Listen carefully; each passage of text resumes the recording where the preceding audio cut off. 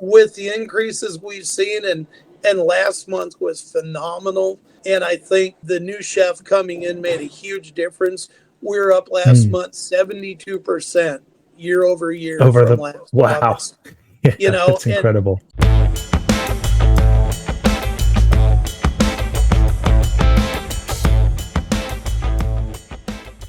Tom, thanks so much for coming on. I'm really looking forward to this conversation. This is going to be a great one. I think a great story for a lot of people. For the people who have not met you or not heard the name, tell us who you are and your center real quick. Well, I am Tom Bellach. I am the manager here at the Pineville Bowl in Pineville, Missouri. We're in a little town of about, 800 people, let's say. I think the population sign actually says 791. But we're a small town. We're 10 lanes in the middle of nowhere. We've got the town of Anderson, Missouri, which is 5 miles away, that has a population of about 1,500. So this is definitely not a major metropolis. Right. Yeah. Yeah. I mean, I know you have some larger areas like a little bit further away, but yeah, you've really been able to turn something around with not a lot of people. We really have. In Northwest Arkansas has got a much larger population, and we have a lot of our business coming out of Northwest Arkansas on a daily basis, especially in our restaurant area, and that's where your company has been so helpful in promoting that restaurant. I think that's where we've seen the largest increase in our business in the last year is the bar and restaurant area. Yeah, I mean, it's always kind of a dichotomy of the audience, right? More people eat and drink than bowl, but when you can get them to tie the two together, then that's where the magic happens. If I can get them in here, I can get them on the lanes. Right, exactly. That's the trick, is you can get them in with the food and the beverage and get them to stay with the bowling. Yes. Yeah, and I mean, you've really crushed it. What's your average ticket up to now? I know you increased it a lot. You did a little bit of price increase, but blending the two together, it sounds like you've had a massive increase in the average ticket. It's amazing the difference we've seen. And with bringing in Chef Mark Abbott, 6 weeks ago, we've completely revamped the menu. Our ticket average has gone up, and it's almost doubled from what it was this time last year. But with that being said, we're offering different things on the menu. And so we're not a typical snack bar in a bowling center anymore. Right. We had someone this last weekend that drove an hour just to try our food, said they heard the burgers were fabulous. And so we've gone from a $6 burger to a $12 burger, and they've been very well received. Yeah, the value is, the value is what you get. The price is what you pay. Exactly. I think there's a really big lesson in there, especially coming from a smaller town, is that you can't increase the number of people that are in the area, but you can increase what they pay when, what they spend when they walk through the door. Exactly. And offering them more options, it just gives them more places to spend their dollars. They're going to spend it somewhere. They might as well spend it here. Right. Exactly. Because if you don't have food, then they're going to have to leave earlier anyway to go eat. You might as well have them do all of it together, and they probably will stay longer of the other activities plus spend on the food. We figure when a family eats here, they're going to typically spend an additional 40 minutes. Even just having a drink, getting them in here to spend a couple additional dollars, but it's more time they're in here. It's more, they're a captive audience for a little while longer. That gives us the opportunity to introduce them to something they probably haven't tried anywhere else. Right. Well, and especially if they're driving an hour away, they're going to stay there for, at least an hour. They're going to spend twice as much time in the car. Oh, yeah. So I'd love to talk, maybe back up a little bit and talk a little bit maybe about your story. I know you come from outside the bowling world and come in recently. Sounds like you've always been an entrepreneur, but tell us a little bit about that journey going from an entrepreneur in one industry and switching over and being like, you know what, I'm going to buy a bowling center. Well, and when I was a kid, I did work in a bowling center. And the company that I worked for had a couple bowling centers and a couple golf courses. I spent a lot of time working for them, a bunch of years, worked in a couple different bowling centers after college, got sick of corporate America when I was in my middle 30s and decided that I told my wife one day I'm going to go start mowing grass because I was a whole lot happier then.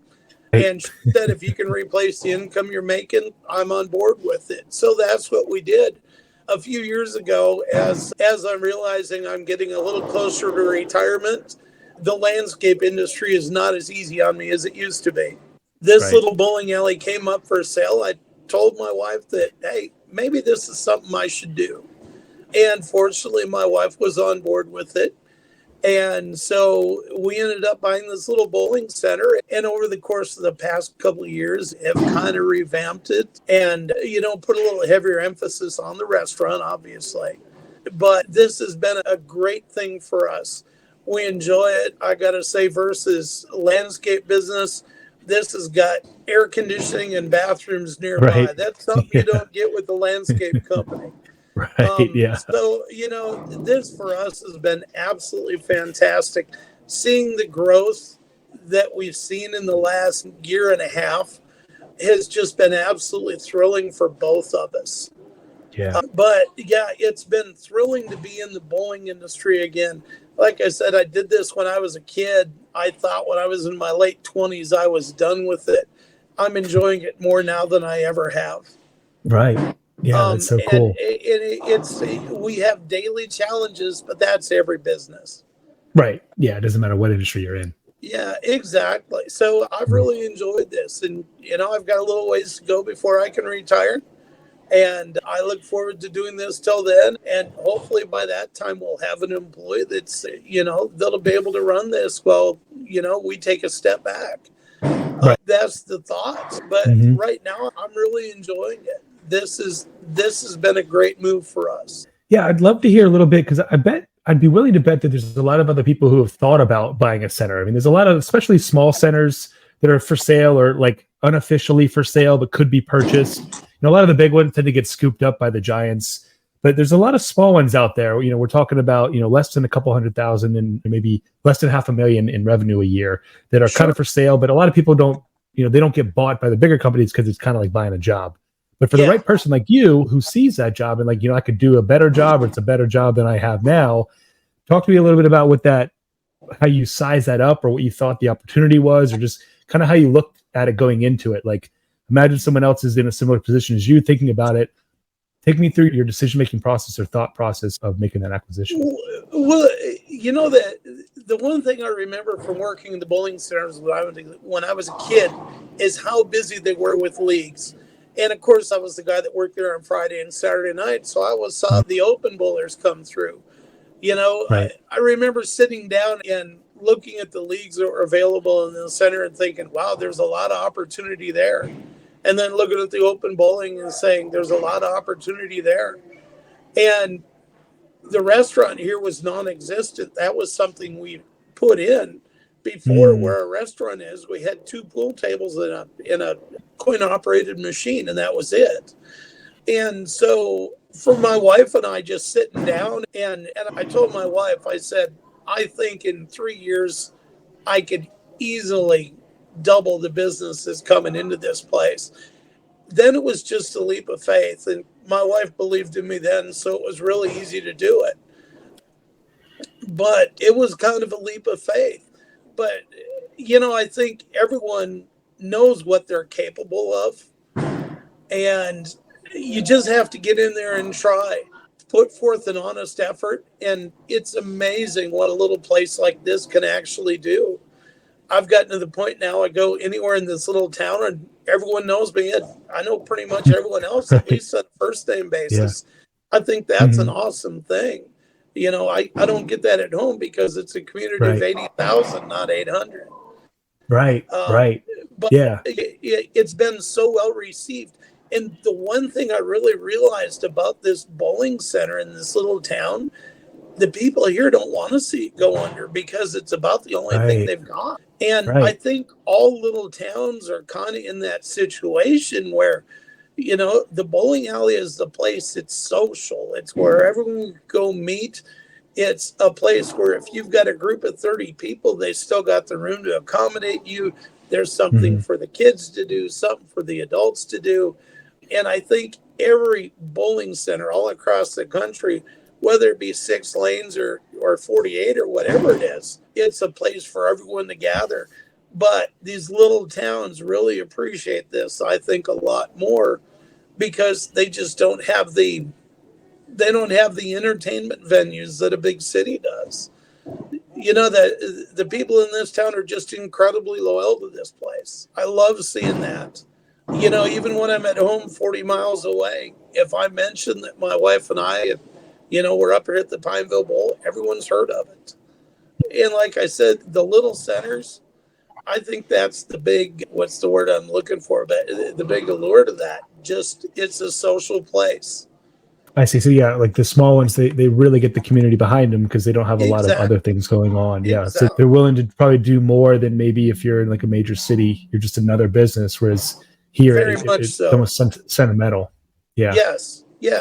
Yeah. And one of the other things that I think really stuck out to me when you were talking about how you were evaluating the opportunity is how you looked at it on a 3-year timeline. Like you've been in business to know long enough that it takes time to build these things. Oh, it Whereas does. I think sometimes people would think, oh yeah, I could double it in a year, or, like I'll just come in here and turn it around, and all their projections are based off of really quick growth out of the gate. But you kind of took your time with it. You're like, yeah, I'll give it 3 years. Like just the fact that you're looking at it that long, I think makes a big difference. You have to be realistic, and no matter what, you're always going to have to figure that you may have a little attrition. I still have people say, well, we miss the old owners. It's like, well, I understand, I'm here now. Yeah. I've had some people leave and never come back, but I've had a lot more that have come here and said, gosh, we really enjoy it. Right. And, I think going in and thinking, yeah, I can make a big difference in 1 year. I think it's a little bit naive. I think it takes a good year to get your feet wet.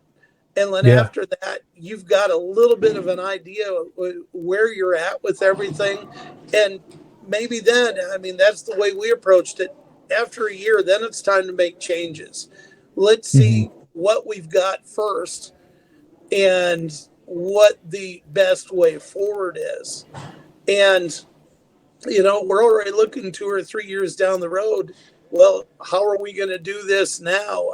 What's going to impact this place the most 2 years from now? And how do we plan for that? And I think that's the biggest part. Is just planning for everything. If you can plan for it, you can make it happen. Right. You at least have something in place. Yes. So, I think that's a big part, planning and goal setting. So how close are you on your, doubling the business in 3-year goal? How are you on that trajectory? We're right on line with where we should be. With the increases we've seen, and last month was phenomenal.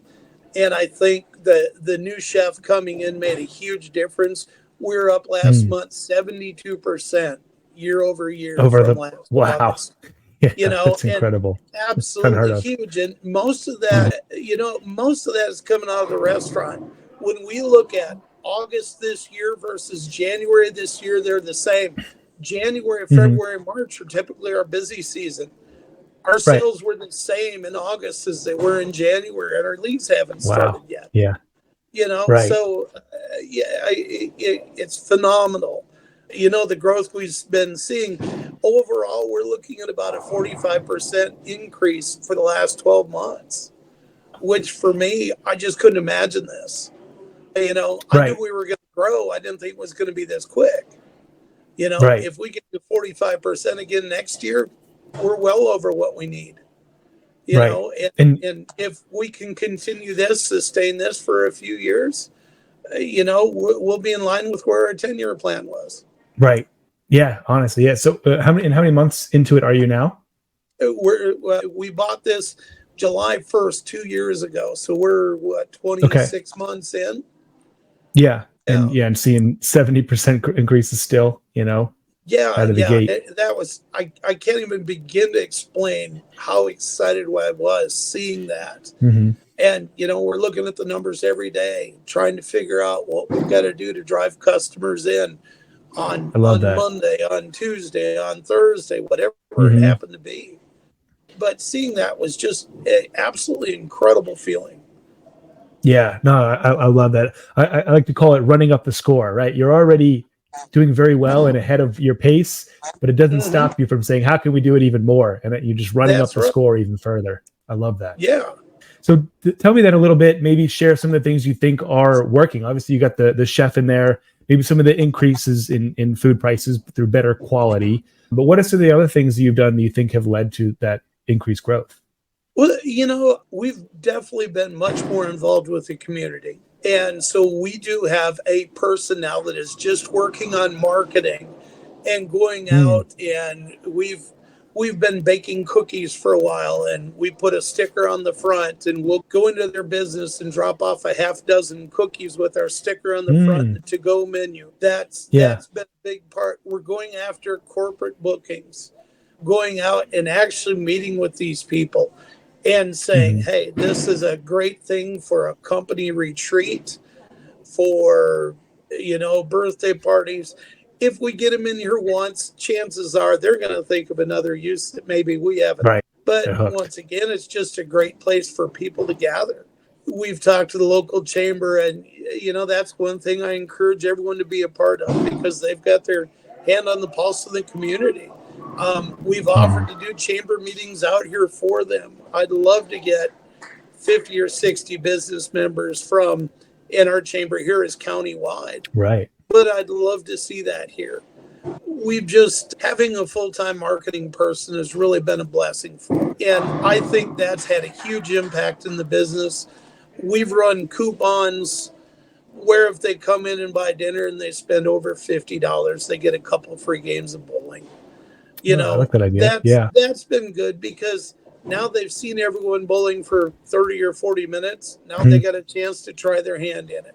You Right. know, if I can get them down on the lanes, that's a way of keeping them here longer. Maybe they're going to buy another drink. Maybe they'll buy another, Right. whatever it happens to be. Hmm. But those have been really successful little campaigns to get people to use the other side of the business. I think Right. it's had an impact. Yeah. I guess we crossing over with the between the two anytime you're getting them to buy both instead of one.